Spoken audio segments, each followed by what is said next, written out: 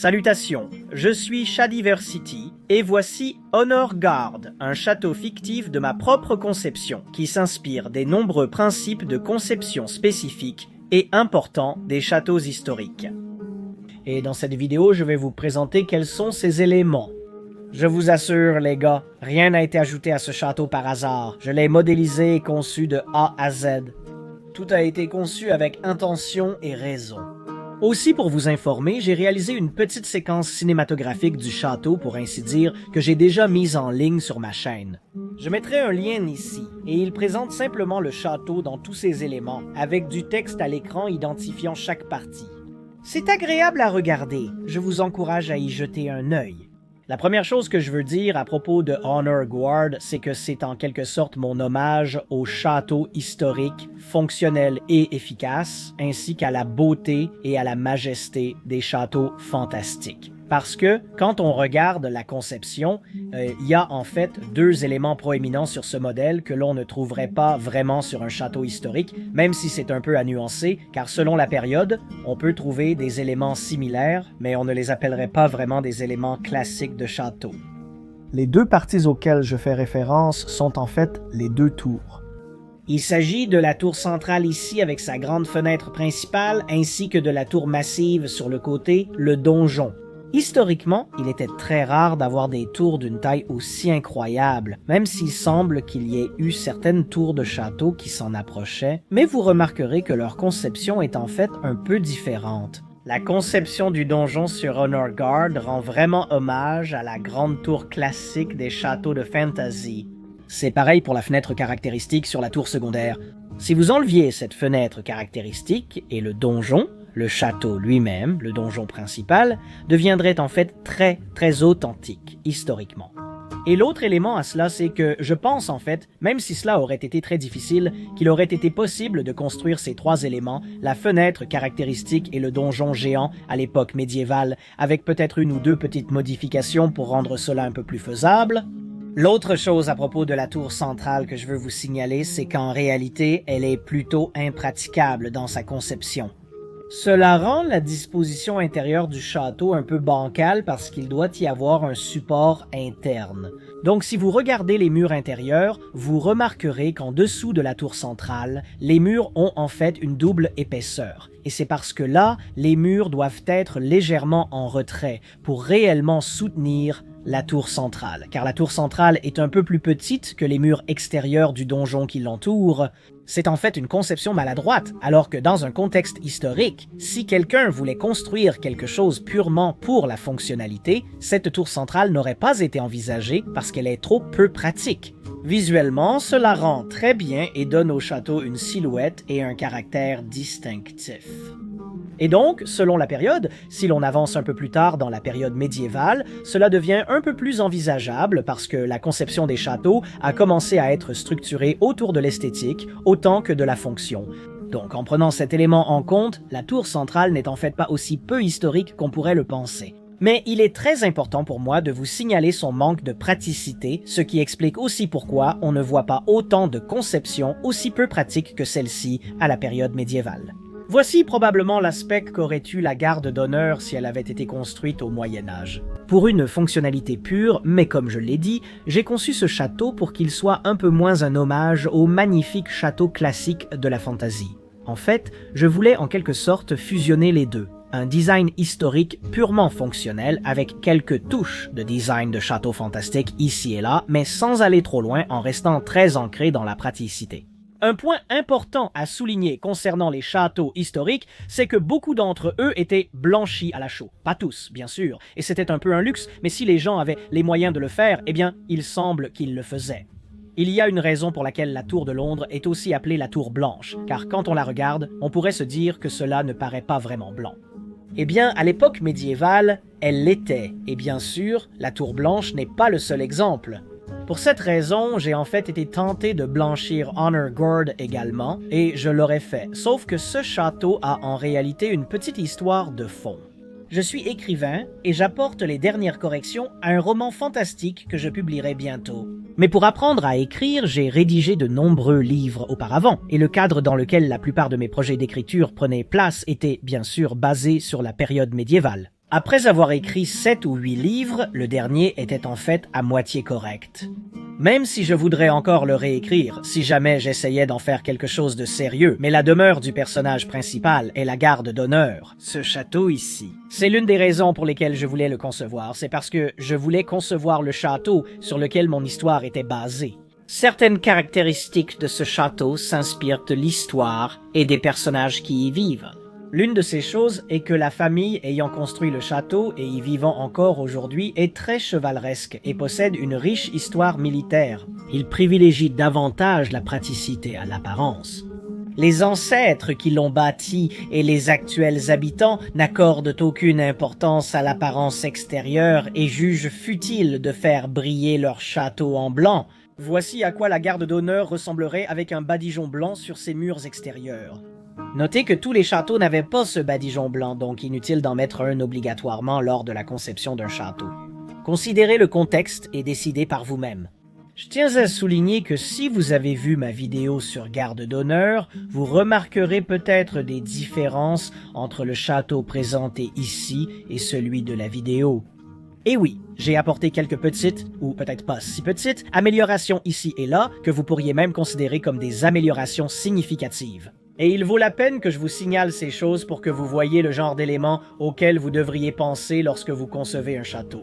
La différence la plus évidente, c'est l'ajout de murs reliant les portes extérieures. C'est quelque chose auquel j'ai réfléchi par intermittence tout au long de la conception. Au début, je pensais qu'ils n'étaient pas vraiment nécessaires, mais après réflexion, je me suis dit que non, les avantages défensifs étaient tout simplement trop importants, alors j'ai ajouté ces murs. L'ajout de remparts et de créneaux entourant le passage à travers les portes crée un véritable couloir de la mort. Quiconque court le long ou essaie de franchir les portes va tout simplement se faire anéantir à un niveau vraiment extrême.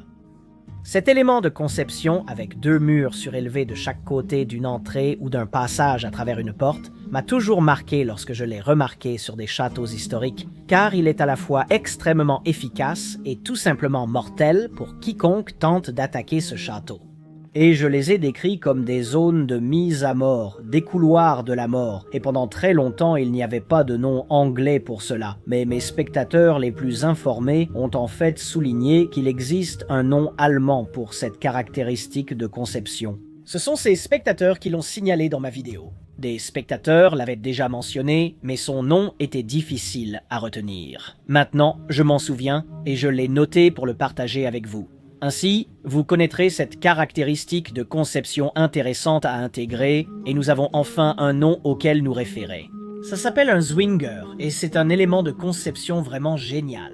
L'une des choses qui me préoccupait avec la version originale de Garde d'honneur, c'est que si l'ennemi était particulièrement déterminé, il pouvait en fait construire une rampe en terre pour éviter la première porte et c'était un peu problématique. Je n'aimais pas ça. Ils auraient quand même dû affronter la 2e, la 3e et la 4e porte, mais ça voulait quand même dire qu'ils pouvaient simplement contourner la première.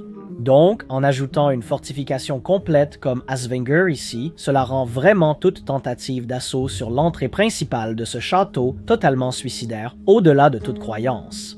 Cela pose la question de comment prendre un château aussi fortifié qu'Honorguard, mais c'est un sujet pour une autre vidéo. J'ai bien l'intention de faire cette vidéo, mais je ne peux tout simplement pas aborder ce sujet en détail ici. C'est difficile. Il existe des techniques comme construire un agar, une grande rampe de terre et de boue jusqu'au mur, mais cela demande une armée importante. Il y a aussi d'autres méthodes, parfois inefficaces selon les circonstances. Les agars étaient plus courants dans l'Antiquité. De toute façon, il n'était pas vraiment présent dans les sièges médiévaux. Parmi les autres petites améliorations et ajouts, vous remarquerez que j'ai maintenant accès au rempart supérieur de la porte principale. C'était un oubli de ma part lors de la précédente présentation de la garde d'honneur. J'ai doublé la taille du grenier intérieur, j'ai ajouté un énorme trébuchet dans la cour intérieure qui est prêt à être utilisé si le château venait à être assiégé. Et bien sûr, il a des roues pour pouvoir être redéployé et faire face à n'importe quelle direction où l'ennemi pourrait avoir un trébuchet dans le but de menacer le château. Le gros problème avec cela, c'est l'élévation de la garde d'honneur. Sa position rend les trébuchets bien moins efficaces contre elle et grâce à l'élévation, celui à l'intérieur des murs de la garde d'honneur aura une portée supérieure à tous les assaillants. La seule solution serait d'en construire un géant. Tu sais, j'ai décidé de me faire plaisir et d'offrir à la garde d'honneur presque le plus grand trébuchet que la période médiévale pouvait construire. Ce trébuchet ici est équivalent en taille au Warwolf. En fait, il pourrait même être un peu plus grand. La plupart des trébuchets médiévaux étaient 2 fois plus petits que celui-ci. La garde d'honneur bénéficie ainsi d'un avantage notable pour détruire les engins de siège ennemis. J'ai aussi ajouté une porte et un accès au rempart au-dessus de la grande salle. Encore un oubli à cet endroit-là. Le prochain point est intéressant. En étudiant plus attentivement le plan que j'avais réalisé, je regardais le hall d'entrée. C'est simplement un terme plus élégant pour une zone de mise à mort dans la conception du château, une fosse entrée. Quand l'ennemi franchit la première herse et la porte, il arrive dans une pièce avec une seconde porte et herse derrière.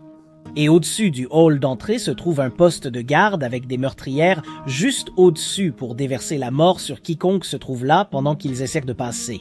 Secondaire. Mais dans la conception précédente de la garde d'honneur, le sol était en bois et je me disais, vous savez, si l'ennemi était vraiment inquiet ou déterminé, il pourrait accéder et simplement traverser le plancher, ce qui signifie qu'il arriverait dans les quartiers des domestiques, et à partir des quartiers des domestiques, il pourrait alors accéder à d'autres parties du château, ce qui pose problème.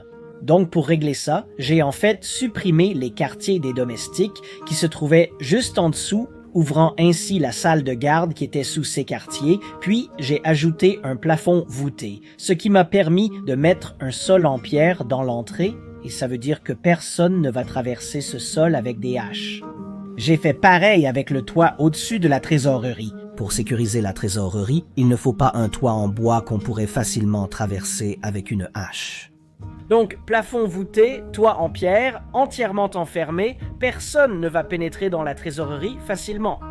Et je veux juste souligner que la trésorerie que vous voyez ici dans Honor Guard est une représentation très sophistiquée de Une version médiévale. trésorerie. Je peux imaginer le roi lui-même posséder, vous savez, quelques coffres bien remplis de pièces ou de la monnaie utilisée dans le royaume, mais la majeure partie de la richesse des rois et des seigneurs à l'époque médiévale était en réalité détenue dans leurs propres ressources. Combien de bétail, de moutons, de bovins ils possédaient, leurs terres étant leur principale richesse, ainsi que diverses ressources comme épices, marchandises, commerces ou réserves alimentaires. Et je vais probablement modifier le trésor de la garde d'honneur pour qu'il soit un peu plus réaliste, parce que pour la famille qui y vit dans le contexte, au mieux il n'aurait probablement qu'un coffre à moitié rempli d'or la plupart du temps, et il se sentirait vraiment riche si ce coffre venait à être plein. La richesse de la famille proviendrait surtout de leurs biens et du bétail élevé sur leurs terres. Et la quantité de provisions que j'ai mises dans les réserves de garde d'honneur est suffisante pour être considérée comme ridiculement riche. Elles valent à elles seules plusieurs coffres d'or, mais l'essentiel est dans les biens stockés et protégés. Classer les châteaux en catégories est assez difficile. C'est en quelque sorte une étude continue que je mène pour essayer d'établir une liste plus complète des catégories de châteaux. Ce n'est pas encore complet, donc ce n'est pas terminé, et je ne peux pas encore faire de vidéo à ce sujet, mais parmi les catégories que j'ai apprises jusqu'à présent, garde d'honneur en fait partie, et il s'agit d'un château concentrique, c'est-à-dire lorsqu'un château possède une enceinte extérieure supplémentaire qui est très proche de la seconde enceinte juste derrière elle. Cela signifie que les 2 enceintes servent à défendre le château contre tout assaillant. Les soldats sur la seconde enceinte peuvent toujours tirer sur ceux attaquant la première. C'est une conception de château très efficace. En fait, certaines personnes affirment même que c'est la conception de château la plus efficace. Et ce que vous remarquerez à propos des 2 lignes de défense, c'est que les créneaux des murs extérieurs n'ont pas ces choses merveilleuses que nous connaissons et aimons.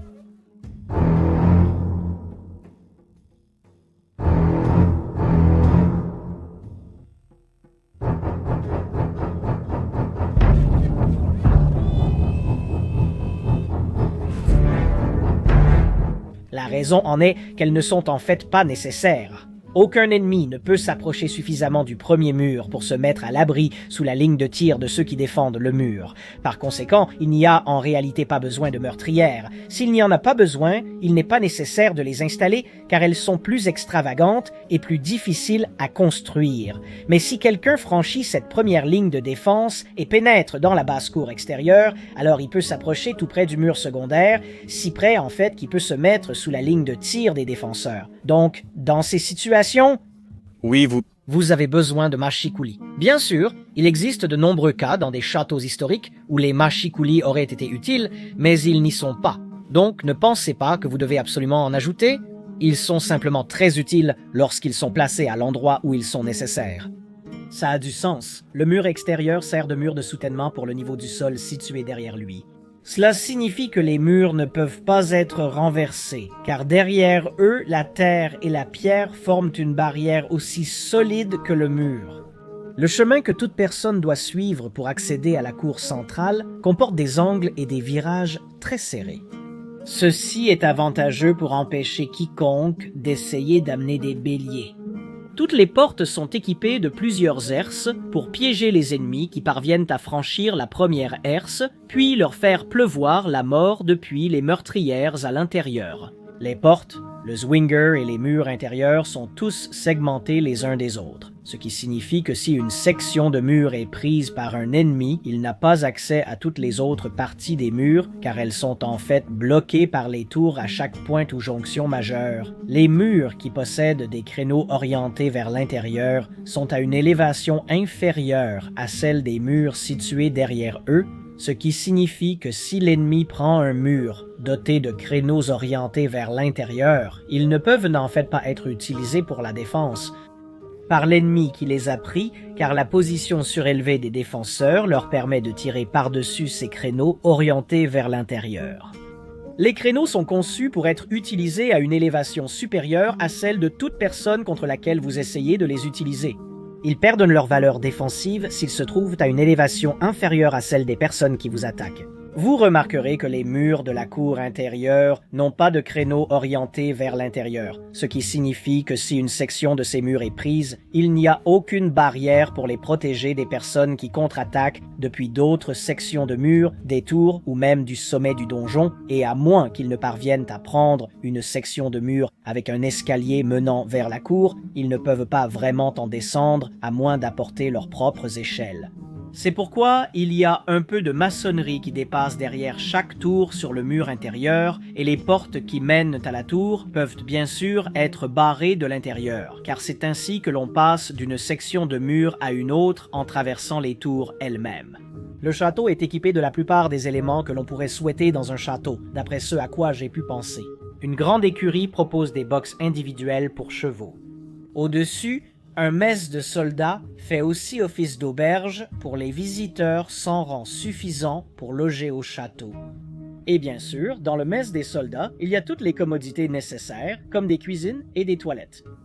Il y a une caserne pour les soldats, une forge entièrement équipée, des abris pour stocker les provisions et le bois de chauffage pour l'hiver, ainsi qu'un enclos avec un abri pour les animaux. Il n'y a pas de jardin attenant au château, et cela est dû à la nature de la famille qui y habite. La taille des basses cours de château était généralement insuffisante pour produire assez de récoltes pour subvenir à leurs besoins. Les terres agricoles étaient généralement cultivées à l'extérieur du château, et s'il y avait des jardins à l'intérieur des murs du château, c'était pour le plaisir et l'usage de la famille qui y vivait, pas nécessairement pour cultiver de la nourriture. Et si l'on y cultivait quelque chose, il s'agissait d'herbes aromatiques et de quelques arbres fruitiers. L'un des commentaires qui est revenu dans ma vidéo sur Honor Guard concernait le fait que les greniers étaient situés vers le centre de la basse-cour, et beaucoup de gens pensaient qu'il serait plus sûr que les greniers soient en fait adossés aux murs secondaires pour leur offrir une protection contre les bombardements. C'est un principe très juste et solide, et il n'y a rien de mal à faire cela. J'ai choisi de ne pas le faire parce que je voulais que les greniers soient d'une taille suffisamment grande, ce qui impliquait de la hauteur, et comme ces greniers en particulier sont très hauts, les placer contre le mur extérieur aurait signifié que les sommets de leur toit dépasseraient en fait largement au-dessus du mur lui-même, ce qui veut dire que les murs n'auraient pas réellement offert une protection totale à ces greniers. En effet, En plaçant les greniers plus au centre, du point de vue de quiconque essaierait d'attaquer le château, ils ne peuvent même plus voir le grenier depuis leur position. Cela rendrait bien sûr beaucoup plus difficile pour eux de localiser et d'essayer de bombarder les greniers qui sont situés à l'intérieur de la cour intérieure, mais évidemment, en raison de l'élévation de la position de la garde d'honneur, aucune machine de siège assaillante ne pourrait réellement lancer de projectiles et bombarder la cour intérieure sans se retrouver à portée du trébuchet des défenseurs. Et même si les défenseurs n'avaient pas de trébuchet, à cause de l'élévation, il serait très difficile de mener une attaque au trébuchet contre une garde qui ne serait pas à portée des tirs de flèches des défenseurs. Le grenier dans la cour intérieure sert en réalité aux soldats et à stocker leurs provisions. Les principales réserves et provisions pour le comté sur lequel règne la garde d'honneur, ainsi que pour la famille qui vit dans le château, sont toutes conservées dans les réserves internes du château lui-même. La lisse est située à l'intérieur des murs de la cour pour la commodité de la famille. Tous les fils sont censés être des chevaliers efficacement formés, prêts à servir le roi chaque fois qu'il en a besoin, et ils ont une histoire honorable de services vaillants laissés par leurs ancêtres. Ainsi, avoir une lisse entièrement équipée juste devant leur porte d'entrée est très pratique pour eux pour leur entraînement quotidien. La cour des gardes d'honneur est en réalité une partie commune du village très fréquenté qui se trouve tout autour. En réalité, le mess des soldats est la meilleure taverne de la région. Un avantage considérable d'avoir plusieurs portes fortifiées ainsi qu'une conception et une défense segmentées, c'est que si un ennemi parvenait à s'introduire dans le château, il devrait lever 8 herses et abaisser 3 ponts-levis pour laisser entrer l'ennemi. Et ces choses-là ne sont pas silencieuses. Lever une herse et abaisser un pont-levis sera certainement assez bruyant pour alerter la garnison de garde pendant la nuit et réveiller les autres soldats qui dorment dans la caserne. Et ça, ce n'était que pour lever une herse et abaisser un pont-levis, sans parler des autres ponts-levis et herses qu'il faudrait ouvrir pour permettre à un ennemi d'entrer. En fait, ce système est tellement efficace que l'on peut ouvrir une porte principale et pendant que la personne entre dans le château et se dirige vers la seconde porte, la première peut être refermée pendant que la seconde s'ouvre. Cela signifie qu'il n'y a jamais, à aucun moment, de passage ouvert vers l'intérieur du château. On peut avoir plusieurs portes complètement fermées à chaque étape où quelqu'un entre dans le château jusqu'à l'accès au donjon. Donc, même essayer de prendre le château pendant que ses portes sont ouvertes devient impossible avec ce type de conception. Il était courant qu'une chapelle dédiée soit construite séparément du donjon, mais à l'intérieur de la basse-cour du château. Vous remarquerez qu'il n'y a pas de chapelle extérieure dans la basse-cour de la garde d'honneur, car la chapelle se trouve en réalité à l'intérieur même du château. Passons maintenant au principe que j'ai pris en compte lors de la conception du donjon. Cette section ne sera pas un discours sur les éléments standards que vous devriez inclure dans la conception de votre château. Je vais réaliser une vidéo dédiée sur ce sujet précis. Je vais présenter les éléments que j'ai pris en compte pour concevoir ce donjon et son agencement. Nous allons commencer par le haut et descendre progressivement. Je suis vraiment satisfait du design du donjon. Il a vraiment cette ambiance classique de la fantasy et ce magnifique balcon qui offrirait une vue des plus splendides. Maintenant, en ce qui concerne la fonction, la garde d'honneur a en fait été construite comme un avant-poste défensif et une sorte de tour de guet face à une nouvelle menace qui surgit dans le royaume dans le contexte de son histoire, de son récit et de son passé. Le seigneur récemment nommé était autrefois un soldat ayant combattu lors d'un soulèvement civil. Je pense qu'on ne va pas entrer dans les détails, mais il a trouvé une immense ruine dans cette terre isolée, fournissant toute la pierre pour construire ce château. Cela a réduit les coûts, mais l'une des caractéristiques majeures de ce château reste sa fonction de tour de guet. Il fallait un très large champ de vision et c'est la véritable raison d'être de ce donjon. Il y a des fenêtres orientées dans toutes les directions et l'endroit d'où la menace peut venir est précisément là où le balcon est orienté. La conception était assez délicate car je voulais la rendre aussi réalisable ou possible à construire dans la réalité. Et j'étais préoccupé par l'énorme poids qui reposerait sur les corbeaux soutenant cette extension. Si j'avais construit ce château uniquement pour la fonctionnalité, je n'aurais pas étendu l'étage le plus haut, car le seul but de cette extension est esthétique. parce que ça a vraiment de l'allure. Il n'y a aucun besoin fonctionnel d'avoir des mâchicoulis ou un mur soutenu par des corbeaux à cette hauteur et cette élévation, mais je tenais vraiment à cet aspect, ce qui pose quelques problèmes. L'énorme toit qui repose dessus est posé sur ce mur de pierre, puis sur les corbeaux. Le poids du toit va en fait essayer de pousser le mur extérieur qui repose sur ces corbeaux encore plus vers l'extérieur. Donc, la façon dont je règle ce problème, et je pense que ça devrait fonctionner, c'est en ajoutant des contreforts internes qui serviraient en quelque sorte de pince et de poids pour ramener le mur vers l'intérieur et, espérons-le, le rendre plus stable. C'est à cela que servent ces sections à l'intérieur de l'étage supérieur du donjon. Elles sont en fait là pour assurer la stabilité architecturale. Le poids de ces contreforts est situé directement au-dessus du mur de pierre principal qui sert de support en dessous. Vous voyez, il y a beaucoup de choses à prendre en compte lorsqu'on conçoit un château, et je dois vraiment dire que ces subtilités de la conception architecturale m'auraient complètement échappé si je n'avais pas travaillé pour une entreprise de construction et appris certains principes importants sur la stabilité structurelle et la conception de maisons, d'habitations et de bâtiments. L'une des choses dont je suis assez fier concernant l'apparence extérieure et l'esthétique du donjon, c'est que les fenêtres extérieures sont en fait alignées en diagonale les unes par rapport aux autres. Vous pourriez penser que c'est évident, car c'est juste la ligne de l'escalier intérieur qui tourne autour. Mais non, si l'escalier intérieur était réellement aussi rapproché que le sont ses fenêtres, il n'y aurait pas de palier ni d'espace entre un escalier et l'autre, entre les étages. Quand vous montez un étage, il vous faut une partie plate pour la porte de la pièce à cet étage avant que l'escalier ne continue à monter. Cela signifie que les fenêtres qui suivent la cage d'escalier intérieur sont en réalité placées trop loin les unes des autres. Mais en faisant attention à la taille des paliers entre chaque volet d'escalier, j'ai en fait créé un motif répétitif qui donne cet aspect extérieur.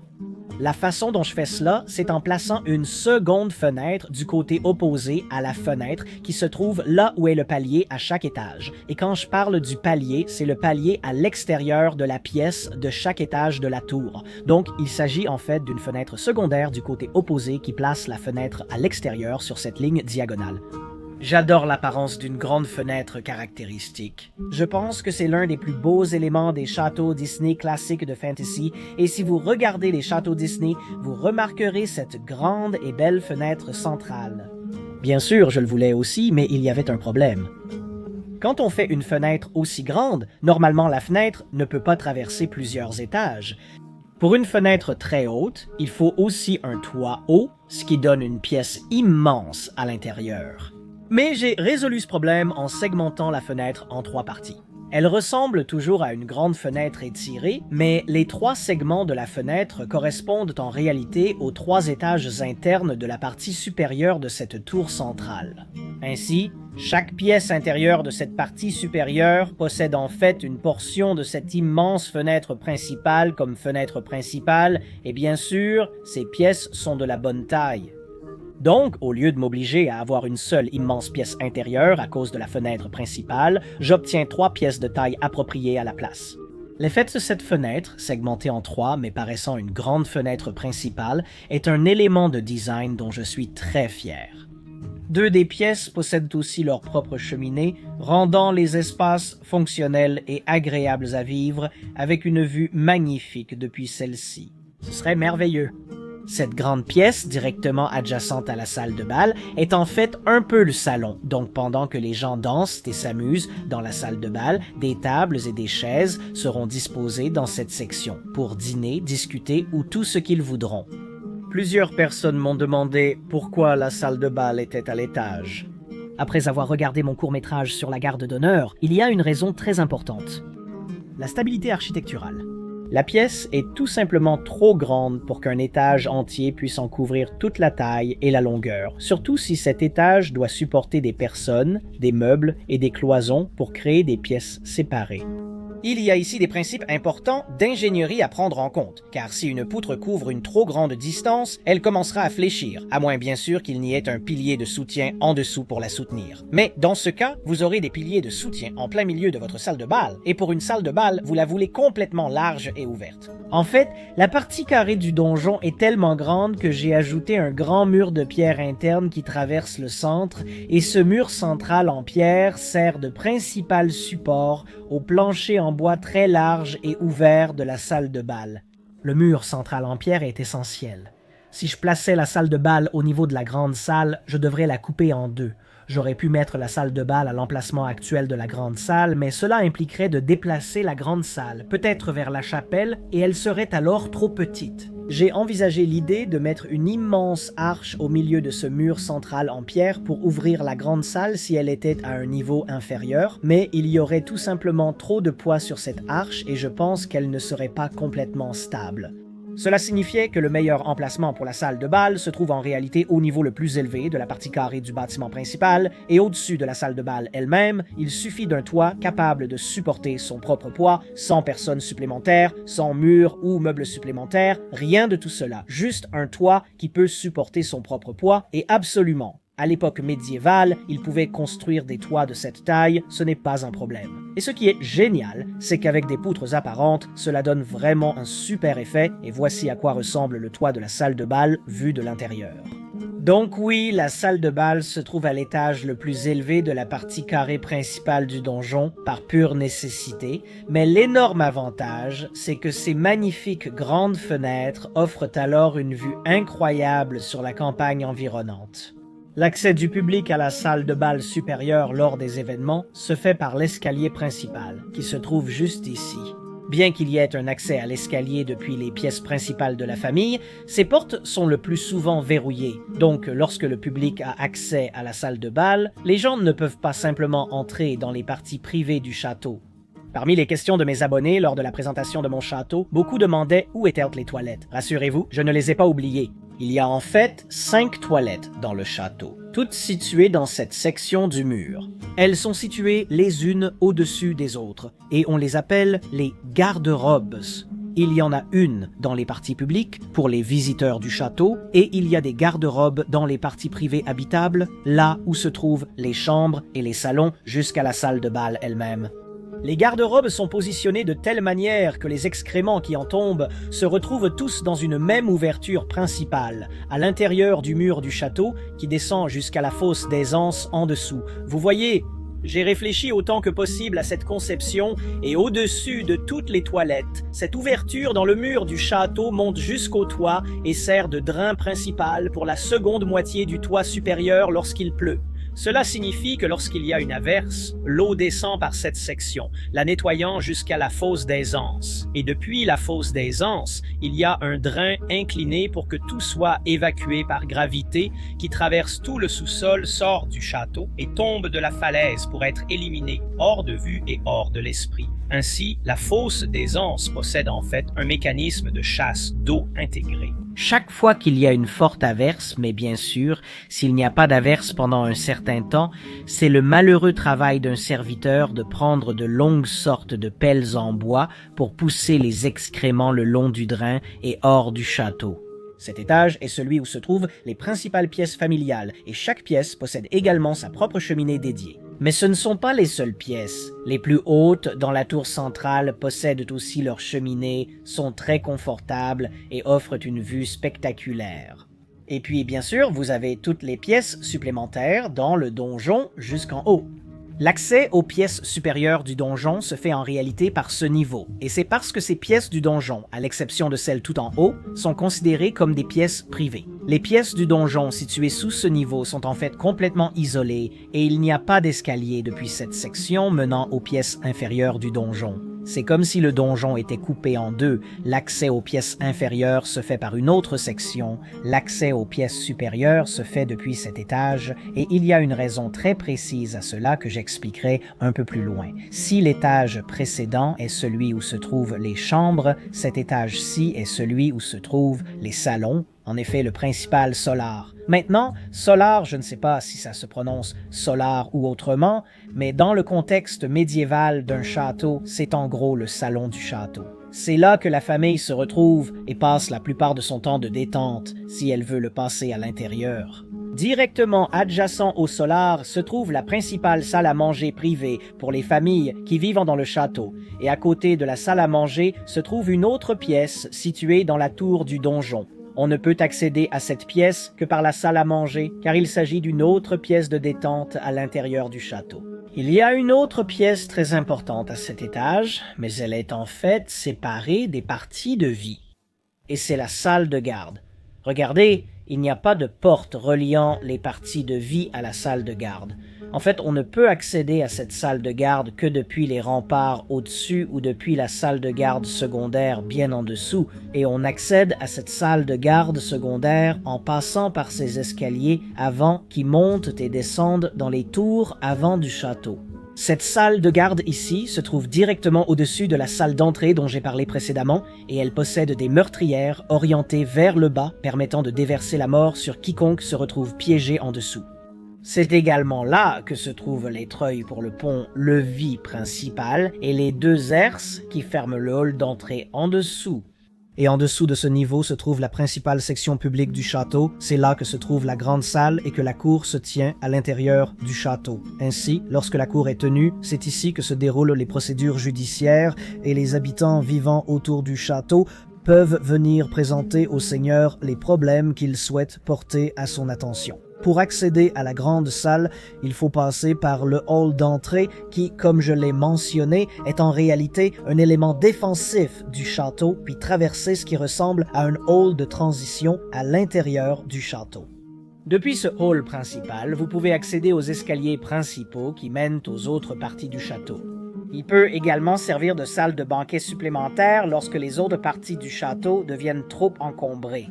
Depuis ce hall, vous accédez à la chapelle du château, puis traversez un autre hall pour rejoindre la grande salle. Ce hall, situé entre le hall de transition et la grande salle, fait un peu office de salle d'attente pour ceux qui souhaitent approcher le seigneur. Il sert également souvent de zone supplémentaire lors des grands banquets organisés. Bien sûr, la table du seigneur se trouvera dans la grande salle, mais vous voyez aussi une immense cheminée là-bas, car ce hall est également une salle d'apparat qui fait partie de cette grande section publique. Vous verrez qu'il y a une autre salle circulaire du donjon sans escalier y menant ou en partant. L'accès à cette chambre d'amis simple se fait par l'escalier principal public. En retirant la moitié de cet étage, on voit l'accès que l'on peut avoir au donjon depuis les murs extérieurs. Vous remarquerez qu'il n'y a pas d'escalier menant vers le haut depuis cette pièce. Il ne mène que vers le bas. Ainsi, toutes les pièces du donjon situées au-dessus de cette section ne peuvent pas être accessibles depuis ce point d'entrée. En fait, cette pièce inférieure du donjon fait davantage partie des murs extérieurs que du donjon lui-même. Il y a une porte qui mène de cette pièce à l'escalier vraiment large que vous avez vu à chaque étage du château pendant notre descente.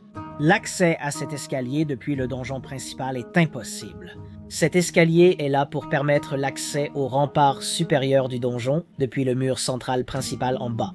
Il mène au rempart situé derrière le donjon principal et il n'y a aucun accès à l'intérieur du donjon depuis ces remparts.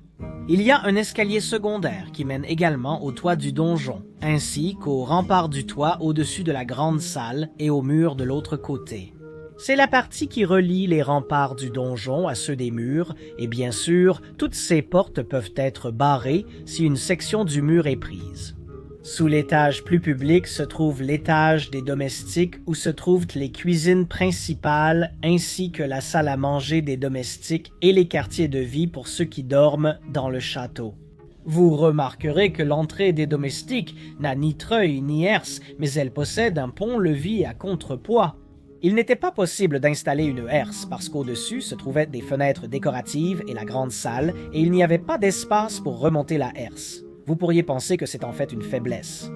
Eh bien, pour remédier à cela, il y a une pièce que vous devez traverser pour accéder à la cuisine principale et cette pièce possède une caractéristique très désagréable et défendable, un faux plancher. Elle est conçue de telle sorte que si un ennemi force l'entrée des domestiques dans le château, le plancher sous ses pieds s'ouvrira, le faisant tomber vers une mort certaine. Une fois ouvert, on ne peut pas traverser cette section pour accéder au château principal. Il serait difficile qu'ils survivent à leur chute, ils auraient au moins des os cassés. Et bien sûr, il y a une porte à barreaux donnant accès à cette fosse inférieure, juste pour nettoyer les cadavres une fois la bataille terminée. Encore une fois, il n'y a pas d'accès à cette salle inférieure du donjon depuis les quartiers des serviteurs adjacents. Cet escalier dans la partie basse du donjon descend vers l'armurerie et la salle de garde inférieure que nous voyons ici. Et vous remarquerez qu'il y a un accès à cet escalier des soldats qui mène au rempart supérieur du donjon, juste ici dans l'armurerie. Il est là pour que les soldats qui gardent les murs puissent aussi accéder à l'armurerie interne du donjon. Chaque porte peut aussi être sécurisée. En fait, la porte menant de l'escalier du donjon à l'armurerie est décalée afin d'empêcher les gens d'utiliser des béliers pour la défoncer. S'ils parvenaient à prendre cette partie du mur du château puis à enfoncer la porte pour entrer dans la salle inférieure du donjon, ils auraient alors beaucoup de mal à accéder à l'armurerie. Cette pièce centrale ici est en fait très sombre car il n'y a aucune fenêtre pour fournir de la lumière. C'est une pièce de transition pour bloquer l'accès à l'armurerie et aux salles de garde adjacentes si quelqu'un essaie d'y accéder par l'escalier public juste à côté. Cette salle de garde inférieure, dotée de 2 fenêtres apportant de la lumière, est plus fonctionnelle et possède un plafond voûté soutenant un plancher en pierre au-dessus. Je ne suis pas sûr que vous ayez vu ce que j'ai fait ici. Toutes les sections que je vous ai montrées jusqu'à présent révèlent en fait une division interne dans la disposition du château. Les remparts du donjon, les salles de garde et l'armurerie sont tous séparés des parties habitables internes du château. Cela signifie que si un ennemi parvenait à prendre la partie du mur du château menant au donjon, il n'aurait aucun accès depuis ces sections vers les parties du donjon où vivent le seigneur et sa famille. Et ils doivent se battre section par section rien que pour accéder aux autres salles de garde où, devinez quoi, il y aura des soldats et des gardes qui les attendront. Et je me suis trompé, il y a un point d'accès aux parties habitables du château et c'est par cet escalier principal juste ici. Mais il faut déjà forcer plusieurs portes pour y arriver et cet escalier public sert principalement à monter jusqu'à la grande salle de bal. La plupart des portes menant à cet escalier depuis les quartiers d'habitation sont généralement verrouillées et barrées également. Il y a une autre section à ce niveau qui est complètement séparée des parties militaires que nous venons de voir et ce sont les principales réserves du château. Sous le niveau que nous venons de voir se trouve la crypte principale. La crypte est en fait divisée en 3 sections. Chaque section n'est accessible que par son propre escalier dédié et il n'y a aucune porte à ce niveau permettant de passer d'une section à l'autre. Pour atteindre l'autre section, il faut monter aux étages supérieurs pour prendre l'escalier menant à l'autre partie. En descendant par l'escalier principal, vous trouverez le donjon principal, et j'ai fait de cet escalier le point d'accès principal parce que, lorsque vous condamnez un prisonnier à aller au donjon, vous ne voulez pas le faire passer par les quartiers privés ou ceux des domestiques ou quoi que ce soit de ce genre. C'est pourquoi il s'agit de l'escalier public. Si vous montez cet escalier, vous trouverez la salle de bal. En descendant, vous trouverez le donjon. Le donjon possède des cellules individuelles pour enfermer les gens, et la pièce adjacente à côté a une caractéristique très sombre et sinistre qu'on appelle les oubliettes. Le mot « oubliette » est un mot français, je crois, et il signifie un endroit où l'on est oublié. C'est en gros un trou vraiment profond. C'est ça qui n'a pas de fenêtre, pas de lumière, dans lequel on jette simplement les gens, on les enferme, et mon Dieu, quel endroit horrible où être condamné. Souvent, les oubliettes n'avaient qu'un tout petit trou d'accès, mais pour éviter les complications, j'en ai simplement fait un trou très profond dans lequel on peut jeter les gens et ils ne pourront en sortir qu'avec une échelle qu'on leur descend. La section suivante de la cave mène à la citerne principale du château où l'eau est stockée. Les serviteurs y passent régulièrement pour puiser l'eau selon les besoins. La citerne principale est alimentée depuis le toit supérieur du château.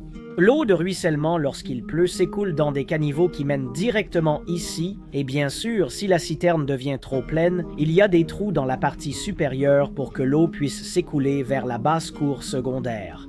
Oh, en fait, je me suis trompé. La cave est divisée en 4 sections, pas 3. La 3e section est la partie malodorante du château. C'est là que vous accédez à la fosse principale, ainsi qu'à la fosse de la mort depuis l'entrée des domestiques pour nettoyer les corps de ceux qui ont eu la malchance d'y mourir. Et bien sûr, la dernière section de la cave est la trésorerie, avec son propre escalier et sa propre porte verrouillée. Oh là là, c'était une vidéo énorme et si vous êtes resté avec moi jusqu'au bout, je vous félicite, bravo à vous. Mais bien sûr, j'espère que vous l'avez fait parce que vous avez apprécié et parce qu'il y avait tellement de choses à aborder. Quand j'ai dit que tout dans ce château avait été fait intentionnellement, je le pensais vraiment. Et couvrir tout cela en détail pour lui rendre justice demande du temps. Mais je pense vraiment que ça en valait la peine et j'espère que cela vous a inspiré ou que vous avez appris une ou deux choses au passage. Merci beaucoup d'avoir regardé, j'apprécie vraiment et j'espère que vous avez apprécié. Moi c'est certain, et mon Dieu, je dois dire que je suis très fier de ce design. Je suis très content du résultat. C'était garde d'honneur. Merci d'avoir regardé, à la prochaine, au revoir.